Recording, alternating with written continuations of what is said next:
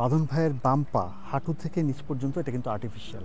এরকম একটা চ্যালেঞ্জ নিয়ে একজন মানুষ স্কুটার চালাচ্ছে, আমার বিশ্বাসই হচ্ছিল না প্রথমে, এবং আমার বিশ্বাস হচ্ছিল না দেখে উনি রীতিমতো আমাকে পাটা খুলে দেখালেন। আমি পুরো গা শিউরে উঠছে ব্যাপারটা। এটা সামান্য ছোট একটা অপারেশন হলেই ঠিক হয়ে যায়, বাট সামহাও এটা ব্যাকওয়ার্ড গেছে, কিছু একটা খারাপ হয়েছে। 1.5 বছরের পরে ট্রিটমেন্ট থাকার পরেও পরে যখন টেস্ট করা গেল ব্যথা কমেনি, ফোলা কমেনি, অপারেশনের পরেও ওই জায়গাটা শুকাচ্ছে না। ও জানতে পারলাম যে আমার ওখানে ক্যান্সার হয়ে গেছে। ও মাই গড! অপারেশনের পরে? অপারেশনের পরে, কিন্তু 1.5 বছর ধরে ডক্টরসের কথা হচ্ছিল ঠিক হয়ে যাবে, হ্যাঁ, মেডিকেশনের উপরে আছেন, ঠিক হয়ে যাবে। হ্যাঁ। 1.5 বছর পরেও সেটা ঠিক তো হয়নি, আরো ওয়ার্স্ট গেটস, আরো বেশি ওয়ার্স্ট হয়ে গেছে। ইভেন ওটা তখন আমার যেটা আমার স্কিনের উপর ছিল সেটা আমার বোনে ধরে গেছে। ও মাই গড! আমার একদম ক্যান্সার হয়ে গেছে, যেটা আমার বোনে লেগে গেছে, প্লাস অলমোস্ট গ্যাংগ্রিনের মতো অবস্থা চলে গেছে।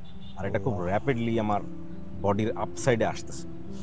ছিল গোড়ালিতে, বি সেফ, হাঁটুর কাছাকাছি আর কি, পুরো অ্যাম্পুটি করে ফেলতে হয়েছে। সবেমাত্র এইচএসসি এক্সাম দিয়ে শেষ করছে, তারপরে উইদিন 9 মান্থস আব্বাও মারা গেল। 12 বছর স্ট্রাগল করে তারপরে, নাহলে তো আমার গাড়ি কেনার টাকা তো আমার জোগাড় করতে হবে, কারণ আমার যেহেতু আমার আর্টিফিশিয়াল লিম্ব, এটার কিন্তু এখানে খুব এক্সপেন্সিভ।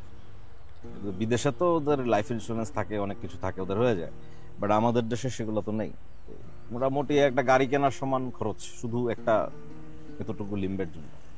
তারপরে এটার সাথে অ্যাডজাস্টমেন্ট আছে, অনেক ফিজিক্যালের অনেক বিষয় আছে। অসুস্থ হতে পারেন আপনি, পায়ে ফুসকা পড়তে পারে।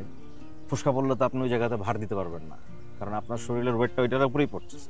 তখন রেজাল্ট চালাতাম, তো এই লিম্বেরই সমস্যা ছিল। তো একদিন ঢিলা প্যান্ট পরেছিল, সামহাও রাস্তার মাঝখানে টার্নিং নিয়ে আমার পা খুলে গেছে, রাস্তা খুলে পড়ে গেছে। আমি ডান পায়ে ভর দিয়ে স্কুটার নিয়ে দাঁড়ায় আছি, আর স্ট্যান্ড তো বাম পাশে, পা তো খুলে গেছে, আমি দাঁড়ায় আছি।